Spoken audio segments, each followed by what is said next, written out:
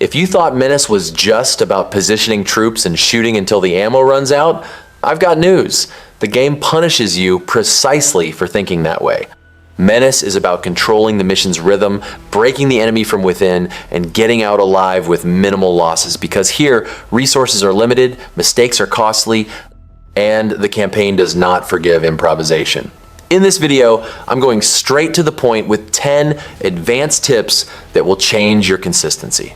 So, get comfortable, because if you apply just 2 or 3 of these tips, you'll feel immediately that Menace becomes less chaos and more control. I'm Matthew, and the video starts now.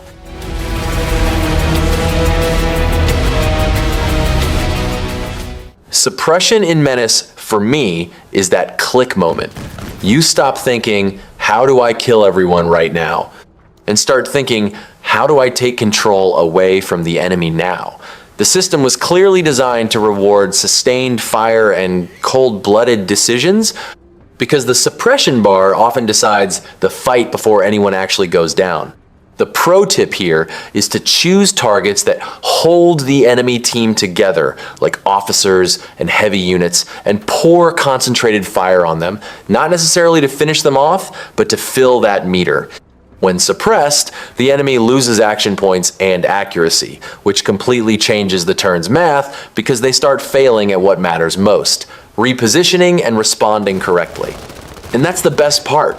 Suppressing is about saving resources and buying time. Instead of wasting ammo and turns trying to brute force through armor, you keep the heavy target tied down with sustained fire and flank them with another squad.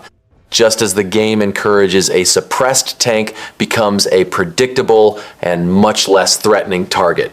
When suppression scales and they become pinned, it's almost as if you've deleted that piece from the board for a while. Immobile, useless, and acting as an invitation for you to reposition safely. The detail I love most is the domino effect. If you apply enough pressure, some units might even retreat, allowing you to gain ground and angles without needing to turn every encounter into a raw damage contest. This tip changed the way I enter a fight. Smoke isn't utility, it's the assassin mode switch. When I use smoke correctly, I stop trading shots in the open, where the enemy always seems to have the perfect angle, and start controlling the pace of the fight.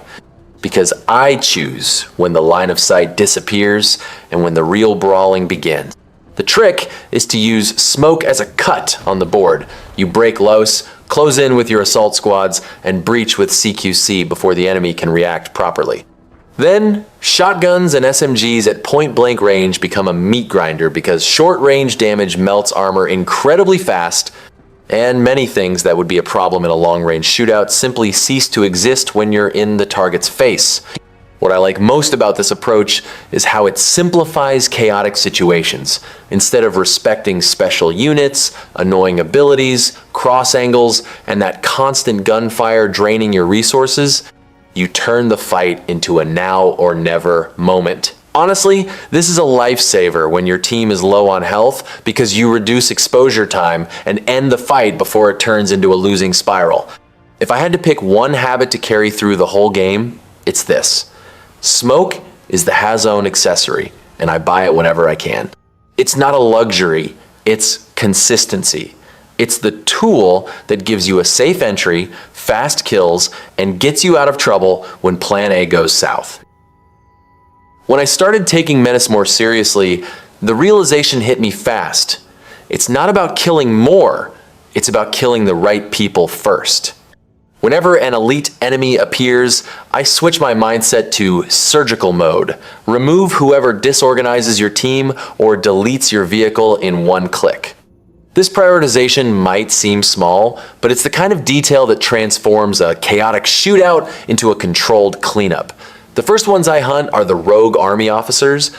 If you let these guys breathe, they mark your units, and suddenly you're taking fire that ignores line of sight as if cover were just decoration. Then, no amount of good positioning will save you. My personal rule is simple. See an officer, they become target number 1, even if there's another enemy closer or louder. Right after them come the ATGM teams, because they aren't there to trade fire, they are there to delete vehicles. One right shot and you lose not just the armor, but the mission's momentum. Against aliens, I use the same threat assessment and prioritize bombardiers, since their indirect artillery forces you out of good positions and breaks your formation without asking permission. The trick is to do this without giving away your location. I like to handle these targets with snipers or even pistols when possible, specifically to avoid shining a spotlight on my squad. A silent kill on these key enemies reduces pressure immediately, and the rest of the combat becomes more predictable. For me, this tip is less about a specific weapon and more about discipline, cutting off the snake's head before it bites. Rogue mechs and tanks are designed to punish you if you hit them head on. That absurd frontal armor can take way too much punishment, and while you insist on hitting the target's nose, you're just burning ammo, and time here costs lives and positioning. I play against these heavies as if they were a bull. If you stay in front, it wins. So my mentality is always to create the angle before creating the damage. A well-placed RPG on the side or rear changes everything, and lasers or AMRs become surgical tools to open up the target where it hurts, especially when you've already forced the enemy to turn its chassis to respond to another threat. When you start breaking the morale of the support infantry, you dismantle the courage of the whole block. The heavy loses protection, loses its read on the field, and suddenly that monster that seemed immortal goes into survival mode. I love this moment because it feels like the game rewards you for thinking like a commander, not just a shooter. And yes, when the heavy decides to retreat, it basically becomes walking loot. Flanking isn't just about killing faster, it's about turning an expensive enemy unit into a psychological problem for them. If I move forward, I'll get hit from behind. Keep that angular pressure, pick your shots well, and use morale as a lever to make tanks flee before they fall. When you understand that the equation is concealment plus a distance greater than enemy detection, you stop bumping into patrols and start choosing when the fight happens. It's that great feeling of being 2 steps ahead, seeing the enemy without being seen. In practice, I treat this as a game of patience. I keep an eye on the terrain, look for good cover, and don't rush the first shot. Silenced weapons help immensely because you can take out a key target without lighting up the whole map, turning the ambush into a domino effect. You eliminate the sentry, reposition, and suddenly the enemy is reacting to empty space. The spotter is the heart of it all. I like to use someone like Darby with covert ops specifically to turn information into a real advantage. She sees, marks, and opens up space for the rest of the squad to work. Combine this with camo kits and you gain that ghost mode that allows you to flank, choose angles, and prepare a devastating opening turn without giving away your position too early. One habit I've developed and recommend is pressing R constantly to check enemy ranges and plan the next move without guesswork. When you do this, you avoid early detection, don't waste actions on desperate repositioning, and set up clean ambushes the way Menace rewards. Stealth here isn't cowardice, it's efficiency and choice. In the early game of Menace, I learned the expensive way that spending money chasing armor is a habit that feels right but doesn't pay off early. You end up finding initial armors for free in loot. Those RA ones appear a lot. So investing heavily in them right at the start gave me a false sense of security while I kept losing fights due to a lack of what actually decides a shootout. Range, vision, the right ammo, and tactical options. What changes the game for me is treating accessories as power multipliers. Ammo is the most glaring. Rend on SMGs and shotguns to shred armor and make any target stop being a tank faster. AP when you really need to pierce and not just scratch. And match grade when the fight happens at a distance and you want hit consistency. It seems like a detail, but it's the kind of detail that transforms a bad turn into 2 clean kills. Another thing I prioritize early is information and action economy. Binoculars for extra vision are absurd because you get to shoot first, set up ambushes, and avoid blind advances. Pouches and bags help you carry the right kit without having to choose between ammo and utility. And vehicle ammo is the kind of investment nobody wants to make until they realize their vehicle vanishes from the match if it can't sustain fire when needed. And then there are the items that honestly save missions. Smoke and the DLAT disposable rocket.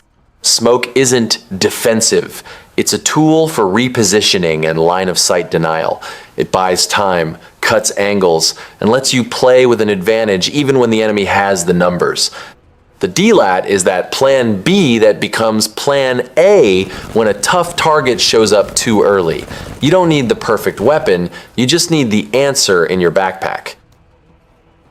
This max squads tip is one of those that, once it clicks, makes you stop playing in survival mode and start dictating the combat. I always feel that a full squad, 8 or 9, isn't just more people shooting, it's the difference between doing damage and erasing an enemy from the map with a well-synced volley. When you achieve that consistent one shot, you reduce the number of threats in the next turn, and the game becomes much more manageable. The point many people ignore is sustainability, and that's where rotation comes in. I treat ammo and exhaustion as resources just as important as HP. If I keep insisting on the same squad all the time, I reach the middle of the mission out of breath with empty mags and making bad decisions under pressure. Rotating squads is what keeps my rhythm high from start to finish, because there's always someone ready to step in and finish the job or hold a position while the other recovers. On expert difficulty, I feel that small special weapon teams become the silent MVPs. A compact MG or AT squad costs less, enters with a clear role, and delivers value fast. It suppresses better, creates safe windows to advance, and forces the enemy to respect your sector. On the other hand, large rifle squads, when not full or when you try to make them do everything at once, end up being expensive, less efficient, and harder to keep supplied. My way of thinking is simple.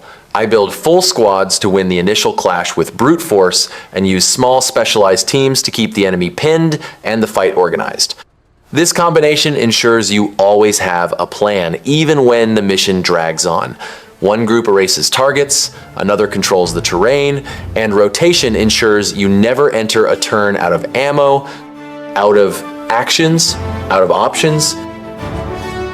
This tip about ship upgrades is the kind of thing that seems like meta gaming, but in reality, it's what prevents Menace from swallowing you whole. I've been in that defeat spiral, where you finish a mission with few people, then enter the next one even weaker, and suddenly everything collapses. Building the Wayback Outreach office as soon as possible was my turning point, because free post-mission manpower keeps the army breathing even when you come out bruised. I like to think of the WOO as insurance against bad luck and mistakes. Even when you play well, there's always a mission that takes a heavy toll, and if you don't have constant replacements, you start saving squads, avoiding risks, and playing stiffly. When the WOO is running, I feel I can be more aggressive because I know I won't get stuck in a dead end for lack of personnel. Another priority I felt firsthand is intel. Putting 2 points into electronics early gives you that clarity that avoids stupid ambushes. Knowing the position and type of enemy before contact changes everything. You choose the route, prepare the right range, bring the suitable ammo, and don't enter the fight with the wrong loadout. The medbay completes the package because revive is the difference between I lost a veteran and he's back and I'm continuing the campaign, along with vehicle repair, which saves your most expensive investment. And there's a detail I treat as a golden rule: maximize deployment points whenever possible. The more you can put on the field, the more you control the map, rotate squads without leaving a flank exposed, and ensure redundancy in case a plan fails. Menace rewards those who think of the campaign as a whole, and these upgrades are exactly that: consistency. Manipulating the turn order is one of those tactical tricks that, once you get the hang of it, is hard to play without. I love positioning a squad while already thinking about the end of the round. You finish the turn in a spot that seems just okay, but you're actually buying priority for the next one.